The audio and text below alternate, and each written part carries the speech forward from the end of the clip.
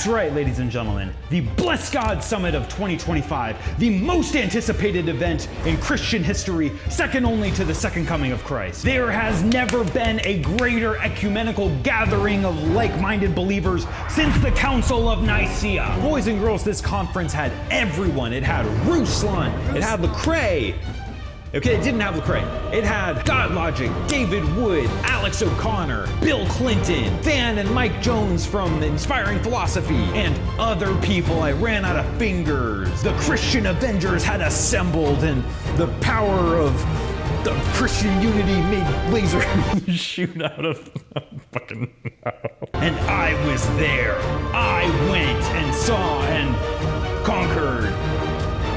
Except I didn't, because of course I didn't. My name is Jared, I'm an atheist, and this is Atheist Church Audit, which is a misnomer because I didn't go to a church. I went to they would be quick to point out that they are the church, the gathering of Christians at the Bless God Summit. So close enough. Bless God Summit of 2025 was an event that Ruslan, the big evangelical YouTuber, coordinated and put on and funded and all that. All right, now full disclaimer, Ruslan paid for my lodging and my ticket out here. However, I did pay for my plane ticket and the copious amounts of cocaine that I did there in the hotel room.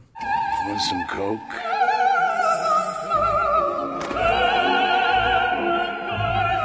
There it is. Don't move till you're numb.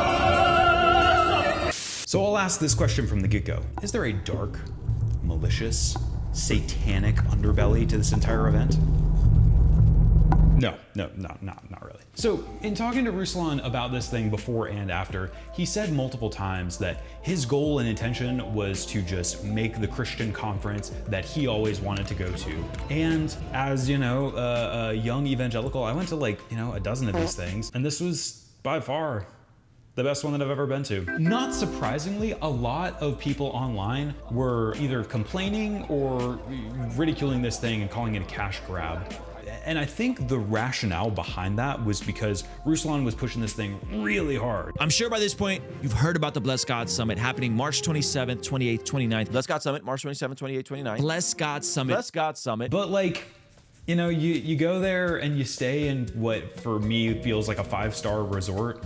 And that feels silly. Something like this is obviously going to cost money. And it's, part conference to edify your soul, but it is also very much a vacation. And there is the very real pressure that you take on a huge risk and responsibility with something like this. And if you don't fill butts in the seat, you could wind up tens of thousands of dollars in debt. And truthfully, in talking to Ruslan about this whole thing, he lost money doing this event.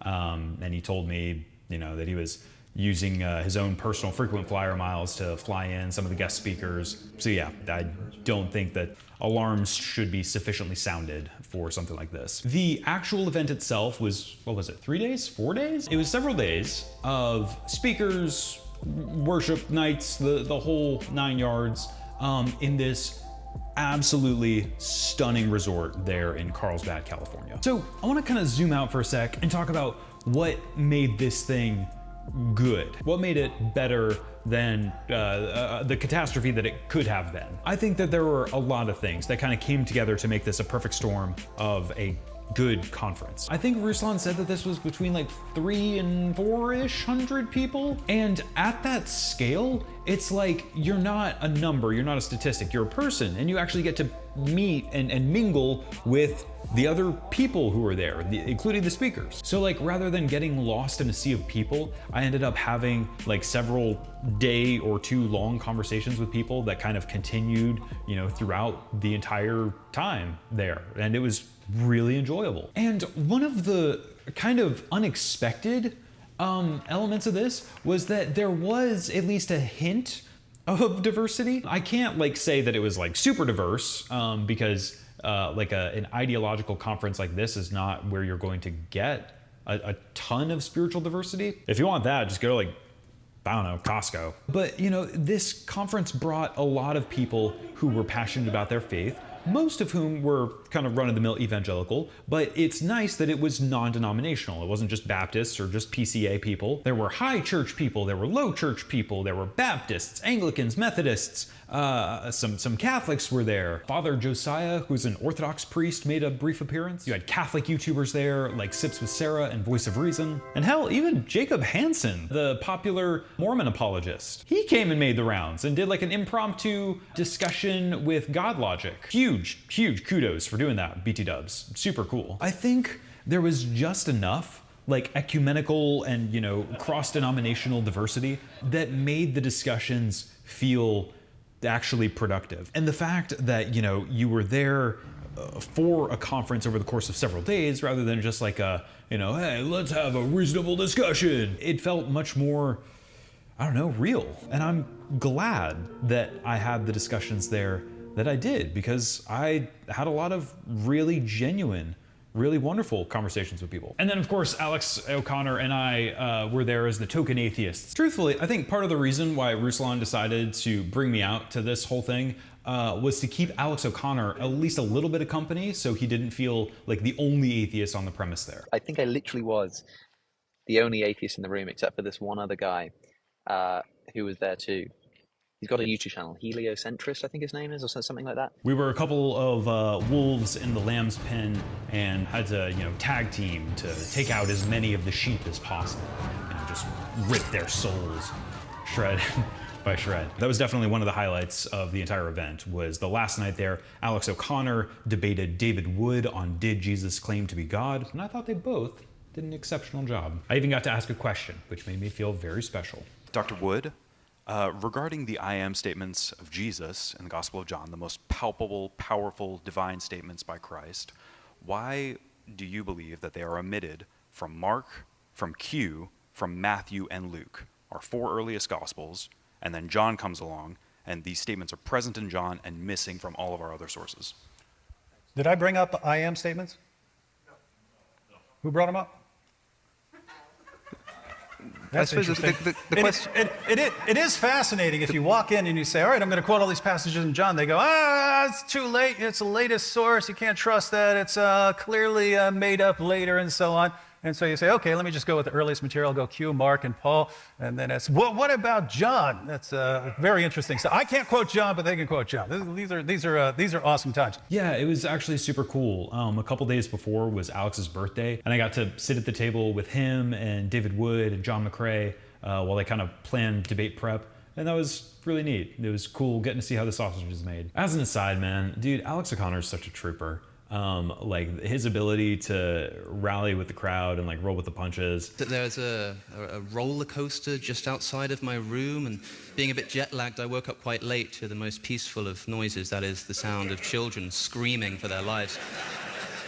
Hearing the sound of innocent children screaming for their lives, of course, reminded me to read the Old Testament and stay late afterwards to, you know, take pictures with everyone.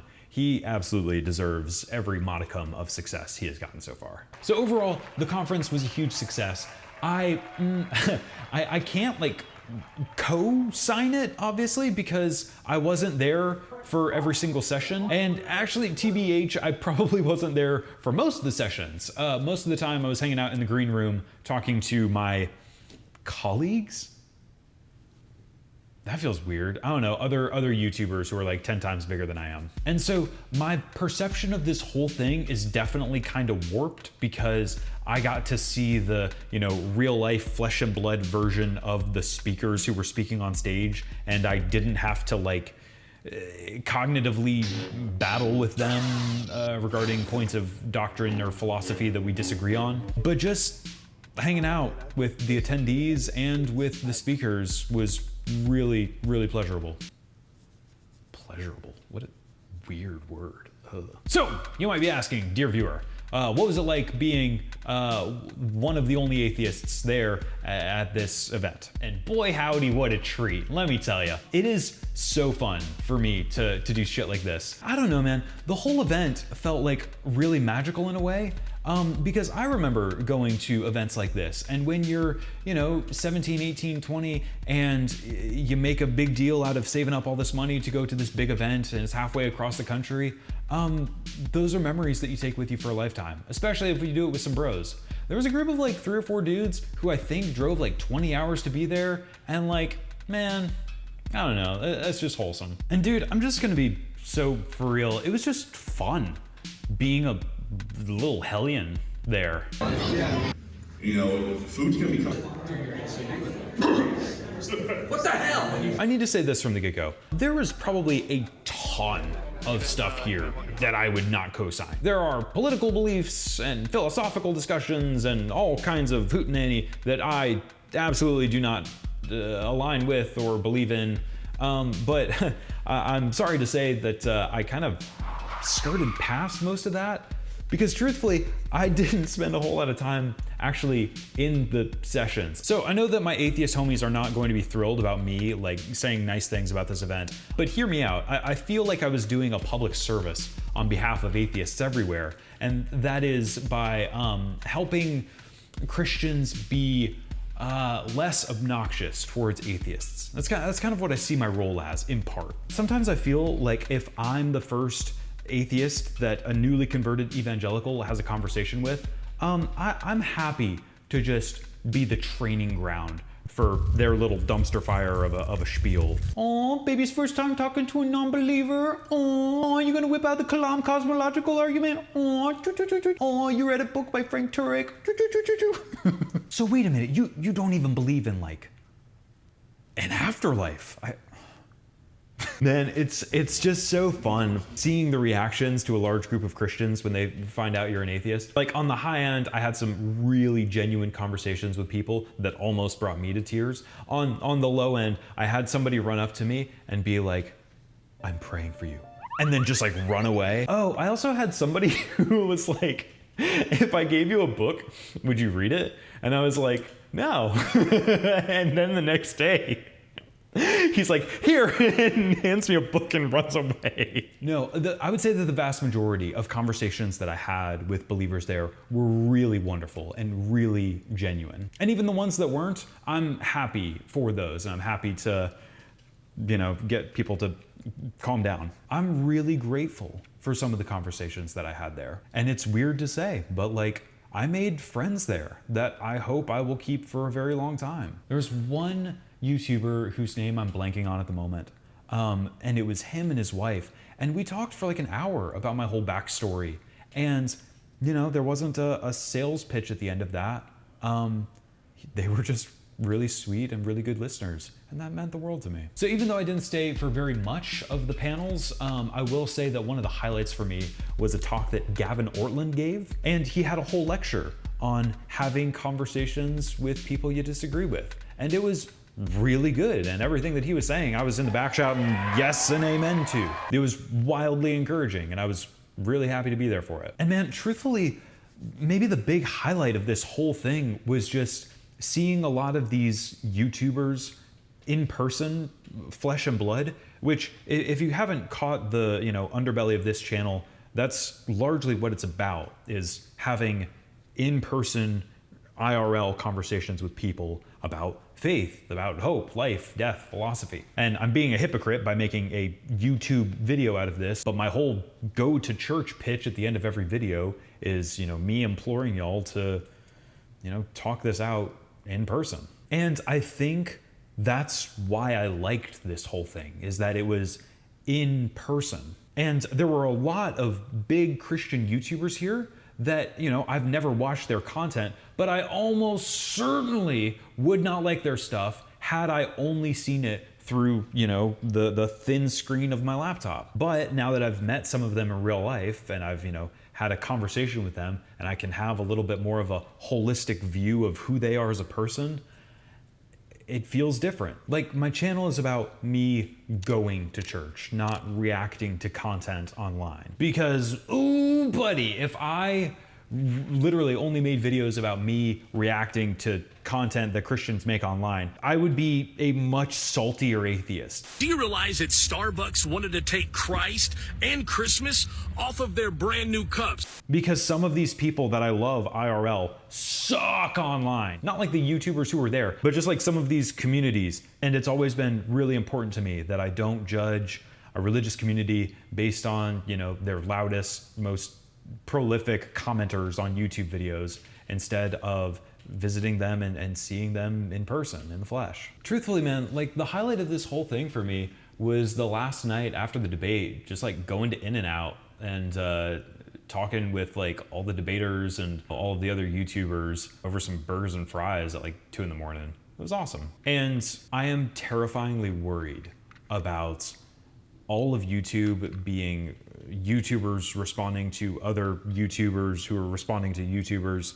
And the fact that this was an event that enabled all of these people to get in one room together and just hang out and talk, I feel like brought the hostility online down by a couple degrees.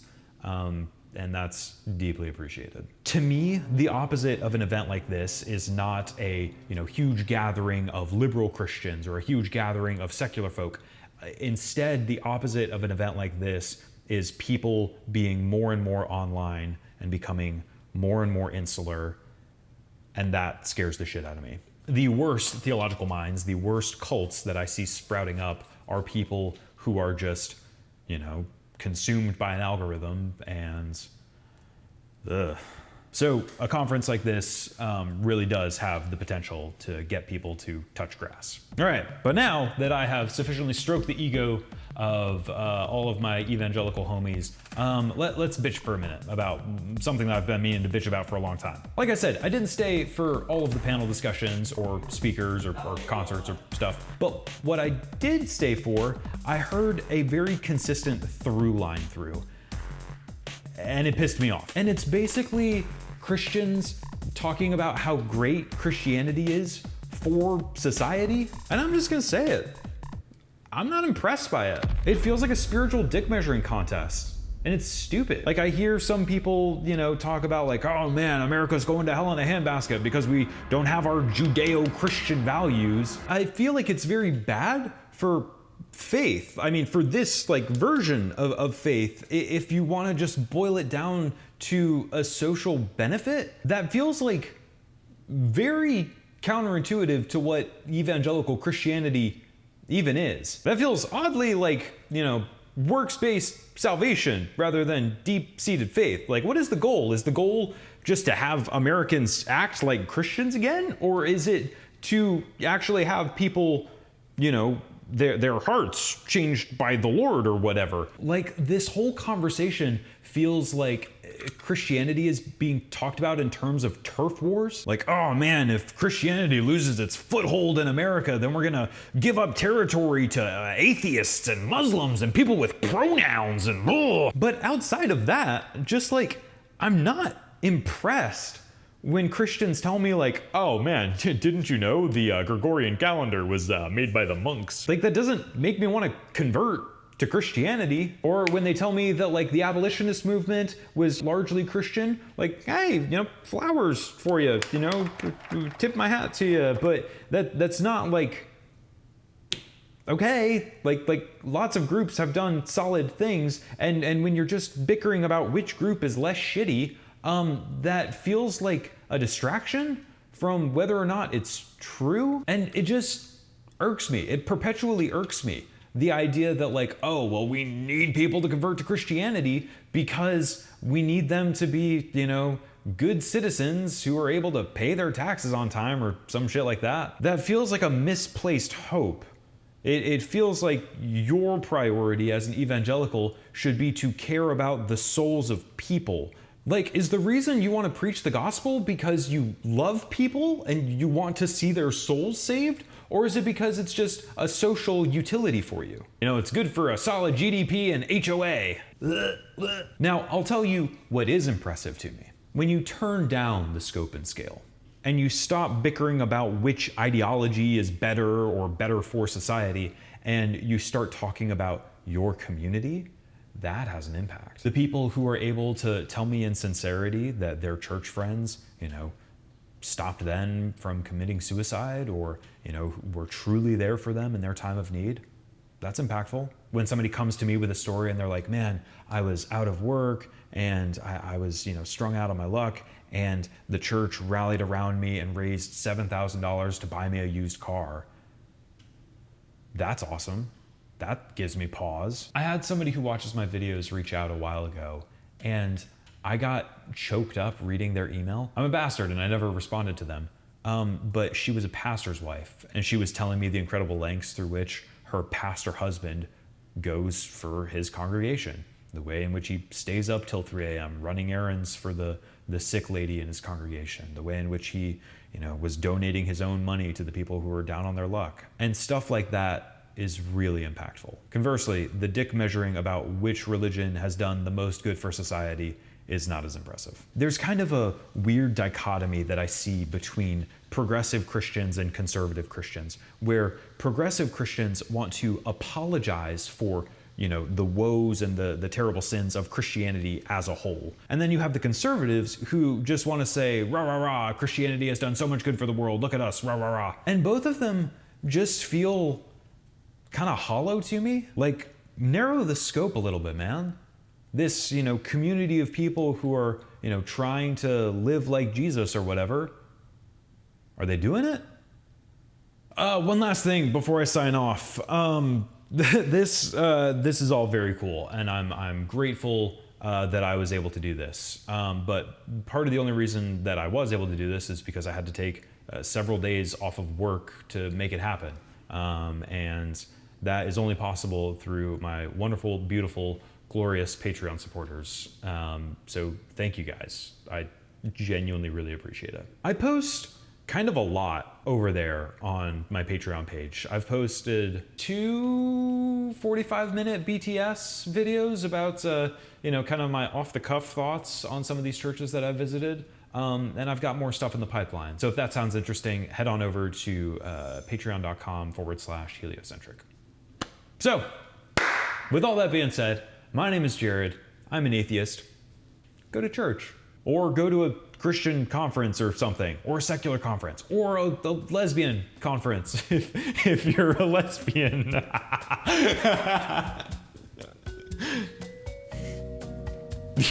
Get out of here. Leave. Go.